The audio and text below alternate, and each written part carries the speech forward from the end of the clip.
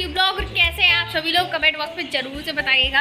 और आप लोग सोच रहे होंगे मैं रो रही हूँ, मैं रो नहीं रही हूँ, थोड़ा सा काम कर रही थी और उसके बाद इतना जोरों का पसीना आया तो वही लगा हुआ है चेहरे में।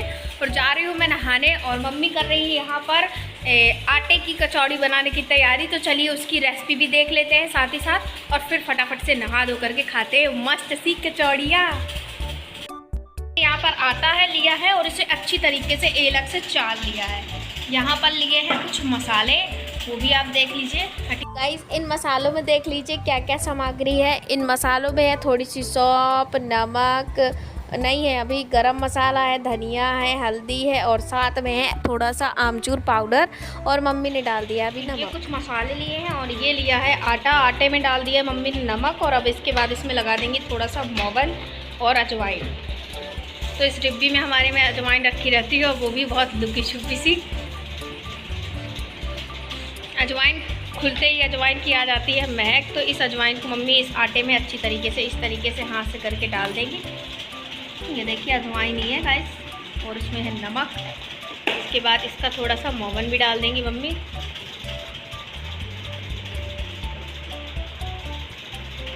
ये लगभग 1 बड़े चम्मच 2 बड़े चम्मच के समथिंग होगा। मम्मी का अंदाज़ बहुत बेहतरीन रहता है तो उनको ज़्यादा उसकी ज़रूरत पड़ती नहीं है। सो गाइस कचौड़ी बनानी है तो उसके अंदर स्टफिंग भी भरनी होगी। तो आज हम आलू की स्टफिंग भरेंगे और ये जो सारे मसाले निकाले थे ये आलू की स्टफिंग के लिए ही मसाले निकाले थे।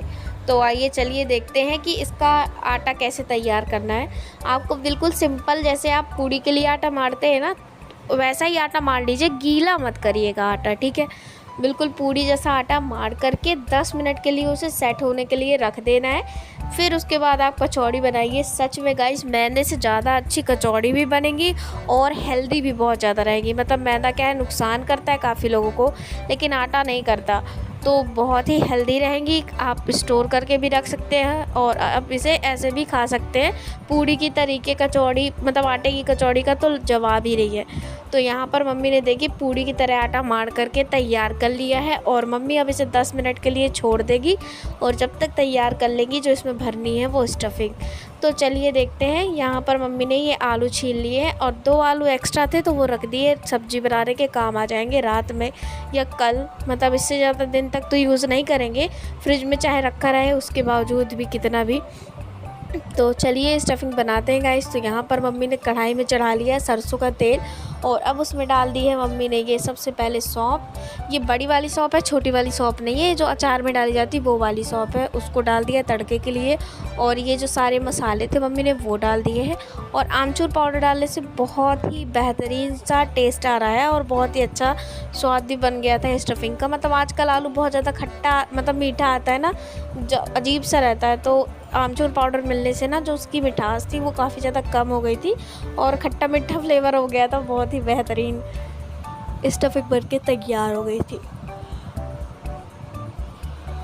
तो बस अब इसको बना लेते हैं और ठंडा करने के लिए छोड़ देते हैं। फिर उसके बाद देखते हैं आटा भी हमारा सेट हो गया था। तो यहाँ पर मम्मी ने छोटे छोटे प्यारी प्यारी सी लोई काट ली है और इस तरीके से इन सब की पूड़ियाँ बेल लेनी है हमें एक साइज़ की पहले सबसे पहले पूड़ी बना ली है एकदम खस्ता कचौड़ी के लिए।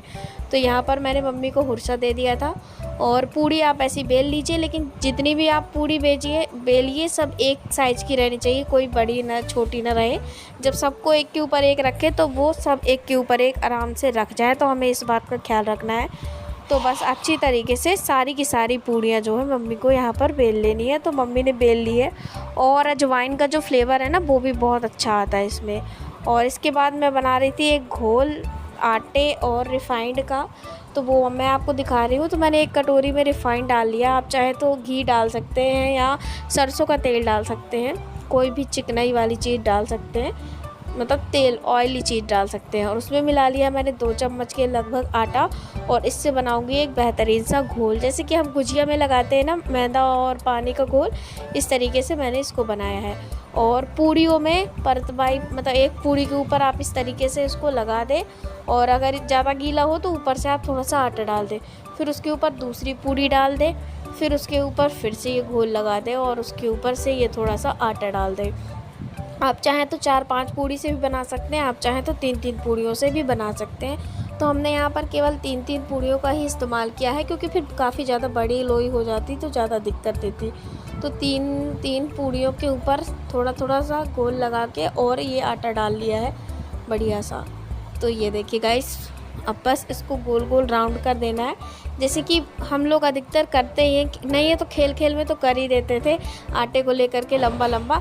तो सेम चीज़ यहाँ पर यही वाली प्रोसेस अपनानी है, और जो साइड में गोल गोल होगा उसको भी बंद कर देना है। इसको अच्छी तरीके से बंद भी कर देना है, और अब इसको चाकू की हेल्प से कट कर लेना है। कट करने के बाद देखिएगा गाइस, कितनी बढ़िया परतें दिखाई दे रही हैं आपको इसके अंदर, लोई के अंदर। ये देखिए, हर एक परत से स्पष्ट समझ में आ रही है। तो इसी तरीके से बना करके तैयार कर लेना है। अब इसके बाद अगली जो 3 पूड़ियाँ और रखी हुई थी, क्योंकि मम्मी ने 6 पूड़ियाँ बनाई थी, तो ये अगली वाली लोई का है। तो इसको भी मम्मी सेम प्रोसेस से बना ली है, और अब इसे चाकू की हेल्प से कट कर रही है। और बस अब इसके बाद इनको बेल लेना है। तो बेलने के लिए आप ज़्यादा बस ऐसे ही जिस तरफ से उसका आपको परत समझ में आ रही है वहीं से इसे चपटा दीजिए, और बेलन की हेल्प से इसे आप बेल लीजिए। आप चाहें तो इस तरीके से वो लच्छा पराठा जो बनता है उसको भी बना सकते हैं, वो भी इसी तरीके से बनेगा। और कचौड़ियाँ तो इससे इतनी ज़्यादा खस्ता बनती है गाइस कि पूछिए मत, खाने में कितनी बेहतरीन लगती है। तो बस इसी तरीके से बेल करके ये पूड़ियाँ भी हम तैयार कर लेंगे यहाँ पर। मतलब जितनी लोई कट करी थी उतनी पूड़ियाँ बना लेंगे, और जब सब बन जाएंगी तो फिर इसमें स्टफिंग भरना भी तैयार कर देंगे। आप चाहें तो साथ साथ में कर सकते हैं, नहीं तो पहले पूड़ी बेल लीजिए, फिर उसके बाद आप कचौड़ी बनाते रहिए। तो बस अब यहाँ पर सारी पूड़ियाँ, चलिए गाइस फटाफट से तैयार कर लेते हैं, आ जाइए गाइस। चलिए अब बारी है स्टफिंग भरने की। तो इस तरीके से ये वाली तो मिस हो गई है, लेकिन जो लोई थी, लोई के अंदर आपको भर लेना है, क्या बोलते हैं, आलू। और इस चारों तरफ से हाथ घुमाते हुए, जैसे कि मोमोज को बंद करते हैं ना, वैसे इसको भी बंद कर लेना है। मोमोज के भरने की कई तरीके की स्टाइल होती है, इस तरीके से कचौड़े को भी बंद करने की कई तरीके की आप स्टाइल ढूंढ सकते हैं। और इसको चारों तरफ से बंद करने के बाद हाथ से थोड़ा सा चपटा कर दीजिए, और फिर बस कढ़ाई में डाल दीजिए। कचौड़ी बनके तैयार हो जाएगी। और ध्यान रखना है कि आप इसे हाई फ्लेम में ना डालें, मीडियम फ्लेम पर ही कचौड़ी को फ्राई करें, तो कचौड़ी बहुत ही अच्छी बनती है। और मम्मी ने एक कचौड़ी के अंदर स्टफिंग भर के उसके ऊपर दूसरी मतलब पूड़ी रख दी थी, और उसको इस तरीके से बंद कर दिया था। तो ये भी खाने में बहुत ही बेहतरीन बनी थी, बहुत ही बेहतरीन लग रही थी खाने में, और बहुत ही मज़ेदार भी थी। तो बस अब इसके बाद इसको भी ऐसे ही धीमी धीमी आंच में सेक लेना है, मतलब मीडियम, ज़्यादा धीमी नहीं, मीडियम फ्लेम पे। और चलिए बाकी भी बना करके तैयार कर लेते हैं। तो स्टफिंग आप उतनी ही भरिए जितनी बाहर ना निकले, ये ना हो कि स्टफिंग ज़्यादा भरते तो वो बाहर निकल आए और फिर कढ़ाई का जितना भी तेल है वो पूरा ख़राब हो जाए। तो बस इस तरीके से इसके अंदर भी स्टफिंग भर दी है, और अब इसे भी एक अच्छा सा शेप दे देंगे।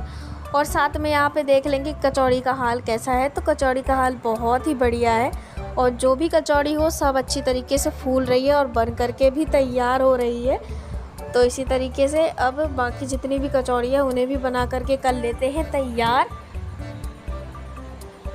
तो चलिए इन्हें भी बढ़िया से तैयार कर लेते हैं गाइस। और मम्मी कुछ ऐसे भी बना रही है, 2 पूड़ियों के साथ कोई गोल गोल भी बना रही है, क्योंकि हमारी गोल गोल खाने वाली ज़्यादा इच्छा थी। और मम्मी ने ये वाली जो बनाई थी ना, एक पूड़ी के ऊपर दूसरी पूड़ी रख के, ये गाइस और भी टेस्टी बनी थी। इन गोल गोल वाली ये बाटी स्टाइल वाली कचौड़ी, अभी नहीं खुला बैठा, तो ये बाटी स्टाइल की कचौड़ी की अपेक्षा हमको वो वाली ज़्यादा अच्छी लगी थी। पहले तो इन्हीं को खाया, जब ये ख़त्म हो गई तो वो वाली टेस्ट करके देखी, जब वो वाली टेस्ट करके देखी तो वो और भी ज़्यादा स्वादी बनी थी। लेकिन बनी दोनों ही टेस्टी थी। तो इस तरीके से जो बाकी बची हुई थी उन्हें भी चलिए फटाफट से कर लेते हैं फ्राई। और चलिए गाइस सभी लोग आ जाइए, खा लीजिए, बेहतरीन सी कचौड़ियाँ बन कर के तैयार हो गई है। तो बिल्कुल भी इंतज़ार नहीं करते हैं और चलिए लगा लेते हैं प्लेट खाने के लिए। तो ये देखिए मैंने नींबू मिर्ची और प्याज के साथ लगा ली है बेहतरीन सी बाटी वाली कचौड़ियाँ, और साथ में ले लिया मैंने यहाँ पर सॉस, ये रेड चिली सॉस लेकर के रखा है। आप चाहें तो टमाटर किसी भी चटनी के साथ इसको खा सकते हैं। और ये देखिए कितनी ज़्यादा खस्ता है ना, तोड़ते ही अंदर से फूट गई और बहुत ही अंदर से अच्छी बनी है, क्रिस्पी बनी है, क्रंची बनी है गाइस। तो आ जाइए खा लीजिए। हर एक कचौड़ी में लिखा है खाने वाले का नाम, मतलब खाने वाले का नाम तो लिखा ही नहीं। बहुत मस्त कचौड़ी बनी हुई है, और आप इसे खट्टी मीठी किसी भी चटनी के साथ खा सकते हैं। खाना चाहे तो सादा भी आप इसे खा सकते हैं।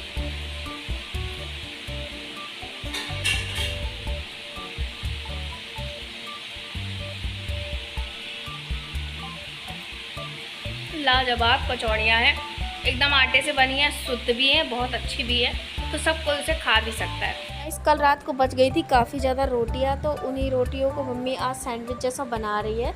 तो रोटियों के ऊपर मम्मी ने सॉस लगा लिया था, चिली एंड टमाटो, और उसके बाद वो जो आलू की स्टफिंग बची हुई थी ना, उसको लगा लिया था पूरे में।